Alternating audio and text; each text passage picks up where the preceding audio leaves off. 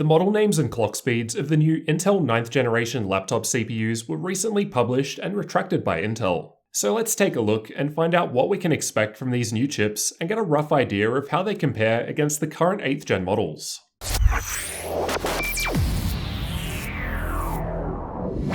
First, I'll start off by saying that this information was reported by Tom's Hardware, linked in the description. They provide a link to the PDF on Intel's website which contained the information on the 9th gen 14nm++ laptop CPUs.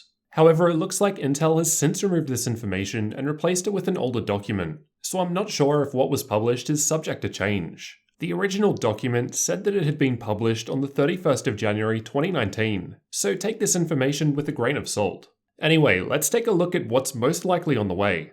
I'll be doing some comparisons between 9th gen CPUs and the current 8th gen models once they're available, so get subscribed for that if you're new here. This is a list of the newer 9th gen CPUs along with the corresponding 8th gen models. For the most part, the naming scheme is the same, just with the first number now starting with a 9 for 9th gen. The clock speeds listed are also single-core turbo boost speeds. So all-core turbo will be lower than this, and I'm not currently sure what those will be for the 9th gen. But overall, we do appear to have higher clock speeds for single-core turbo and also more cache for the i7 and i9 chips. With the i5 CPUs, we're looking at just a 100MHz boost on the single-core turbo boost speeds, nothing spectacular. The performance value listed is composite theoretical performance, in millions of theoretical operations per second, and was provided by Intel. They don't seem that useful, but it's all we've got to go by at the moment. The 9300H has a 4.3% higher value over the 8300H, while the 8400H and 9400H are the same, despite the clock speed boost. An example of why I think this isn't a very useful indicator of performance.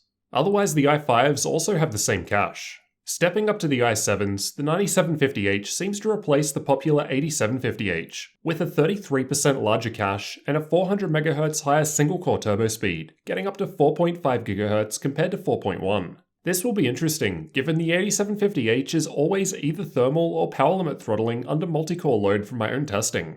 In terms of theoretical performance, the 9th gen version is 18% higher than the 8th gen, which seems quite high for a 400MHz boost, so I'm pretty skeptical about that.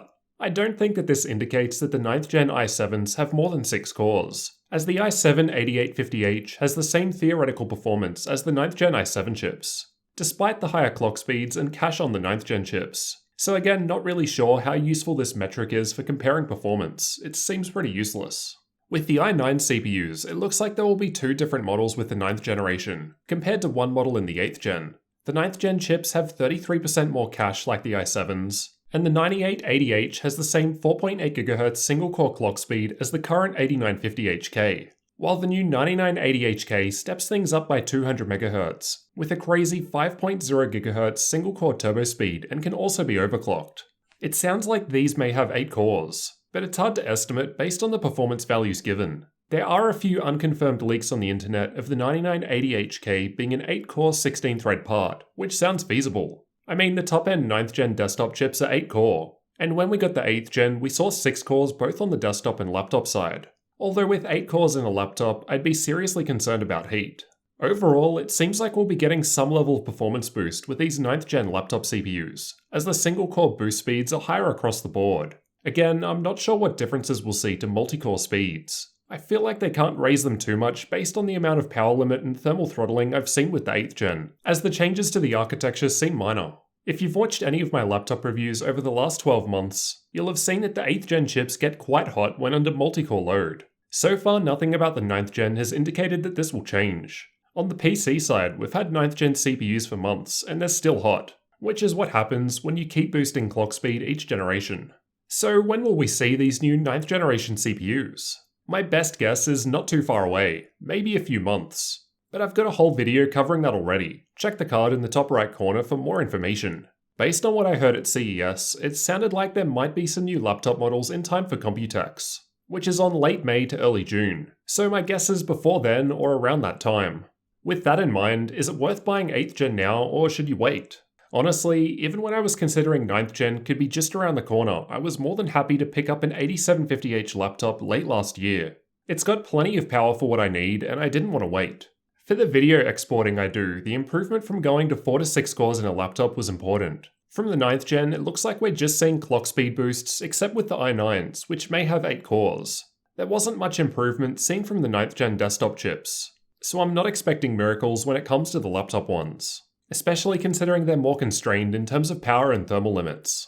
None of this information is official yet though, so take it with a grain of salt, but it looks pretty accurate and wouldn't surprise me at all. Let me know what you guys thought about the new 9th gen Intel laptop CPUs down in the comments. And if you're new here, get subscribed because I'll definitely be doing heaps of reviews on the 9th gen laptops and also comparing them with the 8th gen as soon as possible.